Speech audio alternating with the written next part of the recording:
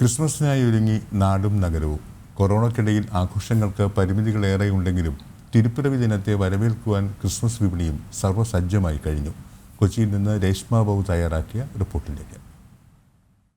Christmas വിപണി ഉണർന്നു. പുൽക്കൂടും നക്ഷത്രങ്ങളും സാന്താക്ലോസും ക്രിസ്മസ് ട്രീയുമൊക്കെ തെരുവീഥികൾ കൈയടക്കി കഴിഞ്ഞു. കൊറോണ മഹാമാരി വിതച്ച ദുരിതത്തിനിടയിലും സഹനത്തിന്റെയും പ്രത്യാശയുടെയും ക്രിസ്മസ് പുലരിയെ ആഹ്ലാദത്തോടെ വരവേൽക്കാൻ ഒരുങ്ങുകയാണ് മലയാളി. കൊറോണയൊന്നും ബാധിച്ചിട്ടില്ലേ? ബാധിച്ചൊന്നും എല്ലാവരും മനസ്സിൽ ബാധിച്ചിട്ടുണ്ട്. പുറത്തോട്ട് ബാധിച്ചിട്ടില്ല. LED സ്റ്റാർ ആണ് ഇത്തവണത്തെയും താരം. കൗതുകമുണർത്തുന്ന പുത്തൻ പരീക്ഷണങ്ങളൊക്കെ കൊറോണ കാരണം ഈ ക്രിസ്മസ് കാലത്ത് വിപണിയിൽ ഇടം പിടിക്കാതെ പോയി. എങ്കിലും 100 രൂപ മുതൽ 500 രൂപ വരെ വിലയുള്ള LED സ്റ്റാറും പേപ്പർ സ്റ്റാറുകളുമൊക്കെ ക്രിസ്മസ് രാവുകളിലെ സൂപ്പർ ഹീറോകളാണ്. അതുകൊണ്ട് തന്നെ ആവശ്യക്കാരേറെ.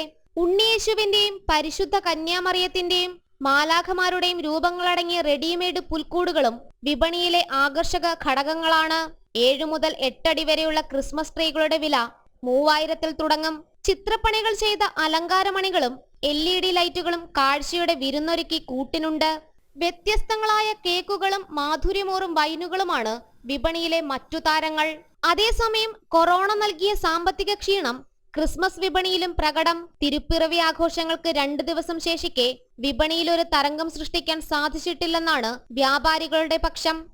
കഴിഞ്ഞ പ്രാവശ്യത്തെ അപേക്ഷിച്ച് പറയുകയാണെങ്കിൽ ഞാൻ പറഞ്ഞില്ലേ 10-1 പോലും ഇപ്രാവശ്യമില്ല. ഞങ്ങൾക്ക് എന്നല്ല, മിക്ക കടക്കാർക്കും, അതായത് ഈ ബ്രോഡ്വേ മാർക്കറ്റ് എന്നല്ല, പൊതുവെ എല്ലാ സ്ഥലങ്ങളിലും കച്ചവടം വളരെ മോശമാണ്. കണ്ണും ചിപ്പിക്കുന്ന നക്ഷത്രങ്ങളും ക്രിസ്മസ് ട്രീയും പുൽക്കൂടുമൊക്കെ ഒരുക്കി വിപണി സജീവമായി കഴിഞ്ഞു. എന്നാൽ ആളും തിരക്കും ഏറെ ഉണ്ടാകേണ്ടുന്ന ക്രിസ്മസ് വിപണി ഇത്തവണ നഷ്ടത്തിന്റെ കണക്ക് പറയേണ്ടി വരുമെന്നാണ് വ്യാപാരികൾ പങ്കുവെക്കുന്ന ആശങ്ക. ക്യാമറാമാൻ വിവേകാനന്ദനോടൊപ്പം രേഷ്മ ബാബു, ജനം, കൊച്ചി.